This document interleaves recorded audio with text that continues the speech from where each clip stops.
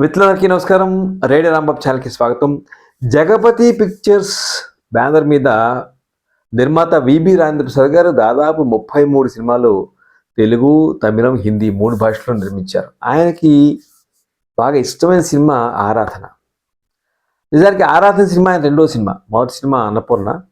ఆయన పర్వతనేని రంగారావు అనేటువంటి ఒక దూర చుట్టంతో భాగస్వామ్యంతో కలిసి ఈ సినిమా కూడా తీశారు. రంగారావు గారికి మీరు రెండో సినిమా ఏదైనా బెంగాలీ సినిమా చూసి తీస్తే బాగుంటుందని సజెస్ట్ చేస్తే వీళ్ళిద్దరు కరెక్ట్గా వెళ్ళారు. అప్పటికి మీకు గుర్తుండే ఉంటుంది, దుక్కిపాటి మధుసూదన్ రావు గారు, ఆదిల్ సుబ్బారావు గారు కూడా బెంగాలీ సినిమాలనే ఎక్కువగా తెలుగులో తీస్తూ ఉండేవాడు. అంటే బెంగాలీ సినిమాల ప్రభావం అంతగా ఉండేది.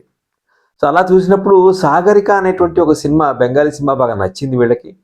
ఆ తర్వాత వచ్చి అక్కినేనికి ఆ సినిమా గురించి చెప్పారు, ఈ సినిమా మీరు చూస్తే బాగుంటుంది, చేస్తే బాగుంటుందని. అక్కినేని కూడా చూసి ఆ సినిమాని చేయటం జరిగింది. ఇది ఆరాధన సినిమా నేపథ్యం. అయితే అది కొంచెం బెంగాలీ సినిమా కాస్త ట్రాజిడీగా ఉంటుంది. అంటే హీరో మధ్య భాగం నుంచి అంధుడు అవటం అనేటువంటిదే అక్కడ ఉంది, ఇక్కడ ఉంది. చివరికి వాళ్ళిద్దరూ ఆ విషాదంతోనే సినిమా ఎండ్ అవుతుంది అక్కడ. ఇక్కడ అలా కాకుండా మధుసూదన్ రావు గారు ఏం చేశారంటే కామెడీని ఇంటిగ్రేట్ చేశారు. చాలా సినిమాల్లో రేలంగి, గిరిజ, రమణారెడ్డి కామెడీ చొప్పించినట్టుగా ఉన్నటువంటి సినిమాలు చాలా ఉన్నాయి. మధుసూదన్ రావు గారు అలా కాకుండా ఎమోషనల్ సీక్వెన్స్ తర్వాత మంచి కామెడీ దృశ్యం వచ్చేట్టుగా సినిమాని ప్లాన్ చేశారు. రాజేంద్ర ప్రసాద్ గారు ఈ సినిమా రచన ఆత్రేయకి, అలాగే ఆయనతో పాటు నార్ల చిరంజీవి ఇద్దరికి కలిసి బాధ్యత అప్పగించారు. ఇద్దరు కలిసి స్క్రీన్ ప్లే తయారు చేశారు, అలాగే సంభాషణలు రాశారు. సంగీతం రాజేశ్వరరావు గారికి ఇచ్చారు. విచిత్రం ఏంటంటే ఒక్క పాటని యాస్టిస్గా వాడుకున్నారు. అది నా హృదయంలో నిలించే చెలి అనేటువంటి పాట ఉంది కదా, అది బెంగాలీ పాట.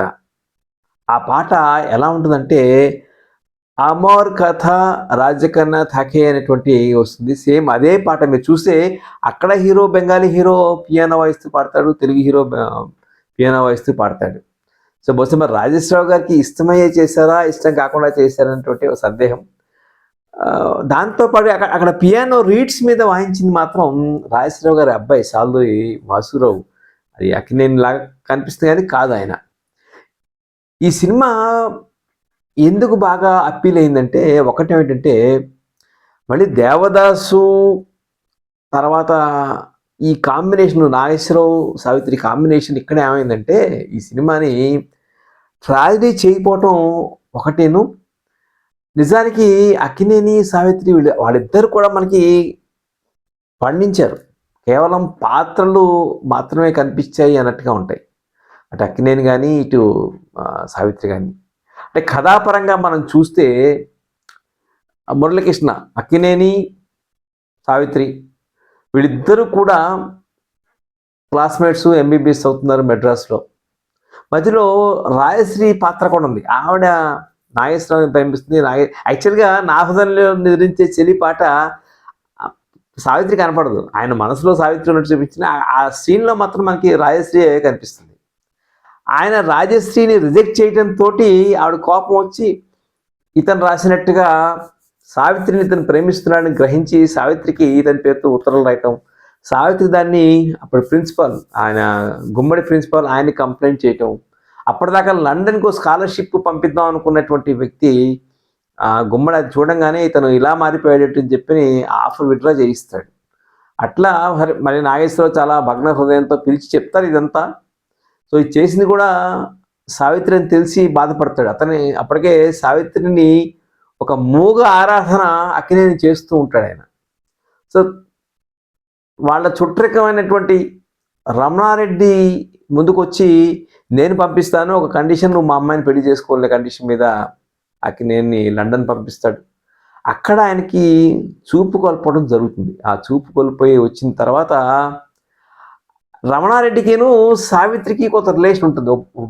బాబాయ్ వరుస కావటం, తన కూతురు గిరిజని సావిత్రి చేతిలో పెడతాడు రమణారెడ్డి. రమణారెడ్డికి దూర చుట్టగా ఉంటాడు ఒక మేనలుడు, అతను రేలంగి. గిరిజేమో రేలంగిని ప్రేమిస్తుంది. అక్కినేని ఎప్పుడైతే ఈ భగ్న హృదయంతో వెళ్ళిపోయాడో గిరిజని లక్ష్మి అమ్మాయి పేరు, ఆ లక్ష్మిని పెళ్లి చేసుకోవడానికి ఒప్పుకుంటాడు. ఈ లోపల అక్కడ ఒక ప్రమాదం యాసిడ్ ఏదో మీద పడి కళ్ళు పోవడం జరుగుతుంది. ఆ కళ్ళు పోయినప్పుడు వచ్చిన తర్వాత అతనికి సపర్యలు చేసేది సావిత్రి. లక్ష్మి అనే పేరుతో చేస్తుంది. గిరిజ అప్పటికి లక్ష్మి పేరుతోనే ఉత్తరాలు రాస్తుంది. అంటే సావిత్రి ఉత్తరాలు రాస్తుంది. ఈ రకంగా తనకి చూపు కోల్పోయిన ఆ లక్ష్మి అనే పాత్ర, ఆ సావిత్రిని తెలియకపోయినా ఆ లక్ష్మి అనే పేరుతోటి అనుబంధం ఏర్పడుతుంది. తర్వాత అతనికి ఆపరేషన్ చేస్తారు, చూపు వస్తుంది. చూపు వచ్చినప్పుడు లక్ష్మి బదులు అంటే సావిత్రి బదులు గిరిజ కనిపిస్తుంది. గిరిజను నువ్వు కాదంటాడు. ఇదంతా ఓ మెలో డ్రామా అద్భుతంగా క్రియేట్ చేసిన తర్వాత సావిత్రి ఆవిడ అద్భుతంగా చేస్తారు. ఎక్కడంటే ఆవిడకి డైలాగ్స్ తక్కువ ఉన్నాయి. ఒక బాధ, వేదన ఇదంతా కూడా ఆవిడ అద్భుతంగా కేవలం కళ్ళ ద్వారా పలికించే నటి కాబట్టి అద్భుతంగా ఆవిడ ఎక్స్ప్రెషన్స్ తోటి చూపిస్తారు. అయితే ఇందులో ఏడిది నాగేశ్వరరావు లండన్ నుంచి నాగేశ్వరరావుని ఇండియాకి తీసుకొచ్చినప్పుడు ఆయన ఒక చిన్న పాత్ర వేస్తారు. అది ఏడిది నాగేశ్వరరావు. దానికి కారణం అంటే ఏడిది నాగేశ్వరరావు, ఈబి చదువు కాకినాడ యంగ్మెన్స్ హ్యాపీ క్లబ్లో ఇద్దరు కలిసి నాటకాలు వేస్తుండేవాళ్ళు. నిజానికి ఏడిది నాగేశ్వరరావుని రాజేంద్ర ప్రసాద్ గారు మొదట నువ్వు అన్నపూర్ణ సినిమాలో విలన్గా రమ్మని చెప్తారు, కానీ సరే అది వర్కౌట్ కాక ఆయన చేయలేదు. సో అలా ఇక్కడ ఒక మాట చెప్పాలి ఏంటంటే, రాజేంద్ర ప్రసాద్ గారు ఆయన రంగారావు గారు వాళ్ళు ఏం చేశారంటే, ఈ రషెస్ చూపిద్దామని చెప్పని బిఎన్ రెడ్డి గారిని ఇన్వైట్ చేసి సహం వరకు రషెస్ చూపించారు. బిఎన్ రెడ్డి గారు పెదవి విరిచి బయటకు వచ్చేసారు. బయటకు వచ్చి ఏమిటయ్యా రొమాంటిక్ హీరో అక్కినేని మీరు గుడ్డివాడిగా చూపించారు, అక్కినేని ఎవరు చూస్తారు, లాభం లేదు అనుకుంటూ వెళ్ళిపోతే వీళ్ళ గుండెల్లో రాయి పడింది. ఇదేమిటి ఇట్లా చెప్పేసాడు జడ్జిమెంట్ అని చెప్పి అక్కినేని చెప్పారు యథాతథంగా.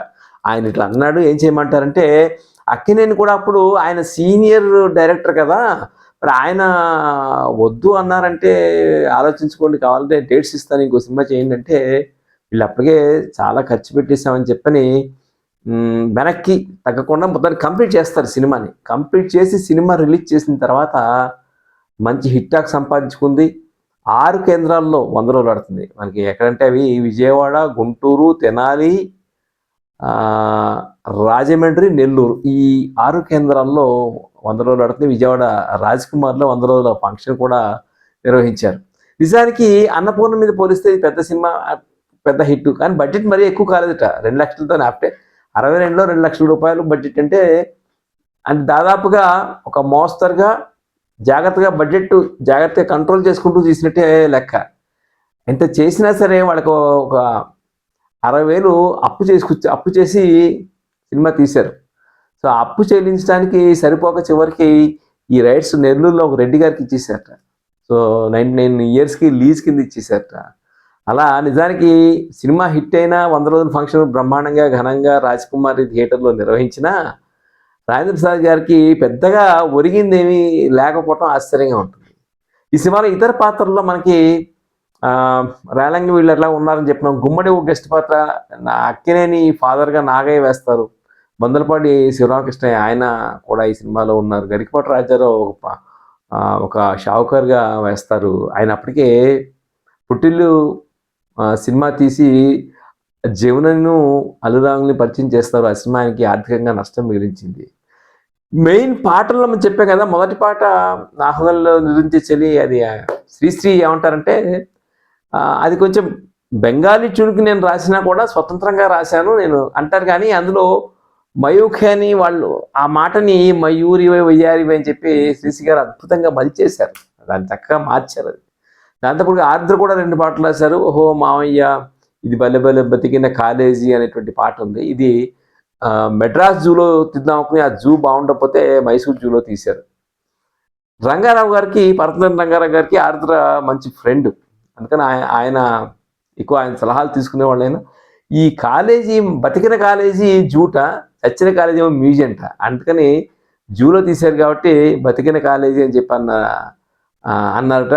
ఈ పాట తీసినప్పుడు ఆర్ద్రని జూ తీసుకెళ్ళి మొత్తం అంతా చూపించారట. చూపించి అందులో ఏమేమి యానిమల్స్ ఉన్నాయో వాటి ప్రకారం మీరు రాయండి అని చెప్పారట. అదొక పాట. తర్వాత నీ చెలిమే నేడు కోరికని పాట ఉంది. ఆ పాట నార్ల చిరంజీవి గారు రాశారు. సో మొత్తానికి ఇంకొక పాట ఆడదాని ఓర చూపులో జగాన ఓడిపోని ధీరుడెవ్వడు అనేటువంటి పాట, జానకి పాడినటువంటి పాట ఉంది కదా, ఆ పాట కూడా చాలా హిట్. ఇంకొక 2 పాటలు, ప్రధానంగా ఈ పాటలు. మొత్తానికి ఈ సినిమాని మసూదన్ రావు గారు అద్భుతంగా తీర్చిదిద్దారని చెప్పి నాకు అనిపించింది. ఎందుకంటే బెంగాలీ సినిమా మీకు అందుబాటులో చూడండి.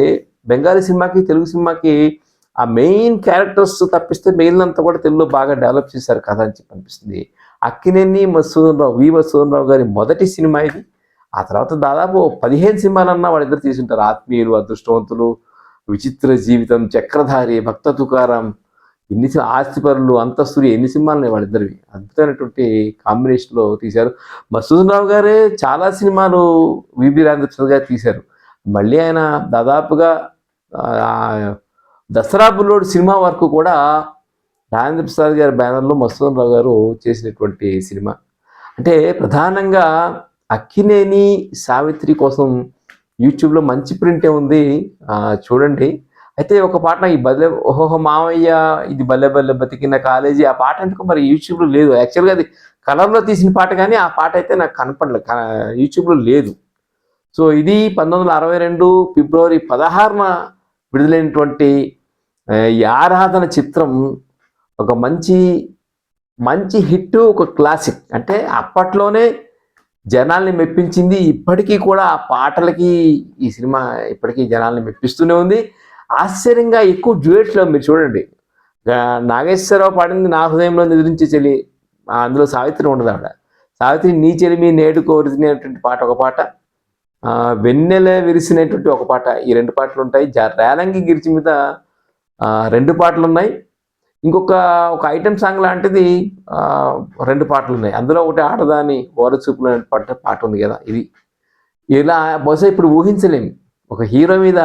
అందులో ఆ రోజుల్లోనే అక్కినేని లాంటి హీరోకి పెద్ద ఒకే ఒక పాట, తర్వాత ఆయన బ్లైండ్ క్యారెక్టర్ వేయటం అనేది చాలా గొప్ప విషయంగా భావిస్తూ ఆరాధన సినిమా నిజంగానే చాలా అద్భుతమైనటువంటి ఒక ఫీల్ ఇస్తుంది. మనం కనుక చూస్తే అటు అక్కినేని, ఇటు సావిత్రి ఒకళ్ళనొకళ్ళు, అంటే ఎవరిని డామినేట్ చేశారని చెప్పడం కష్టం. నేనైతే అక్కినేని అద్భుతంగా చేశారు, నో డౌట్. బట్ సావిత్రి గారు తక్కువ డైలాగ్స్తో, ఆవిడ ఎక్స్ప్రెషన్స్తో మనల్ని మన మూడ్ని, మన ఎమోషన్స్ని ఆవిడ క్యాప్చర్ చేశారని నాకు అనిపించింది. ఇది ఆరాధన సినిమా సంబంధించినటువంటి విశేషాలు. ఈ వీడియో మీకు నచ్చితే లైక్ చేయండి, షేర్ చేయండి, రేడియో రాంబాబు ఛానల్కి సబ్స్క్రైబ్ చేయండి. దాంతో పాటుగా మీ కామెంట్స్, మీకు తెలిసినట్టు మీరేమనుకుంటున్నారు ఈ సినిమా గురించి, మీ కామెంట్స్ తప్పకుండా యాడ్ చేయండి. నమస్కారం.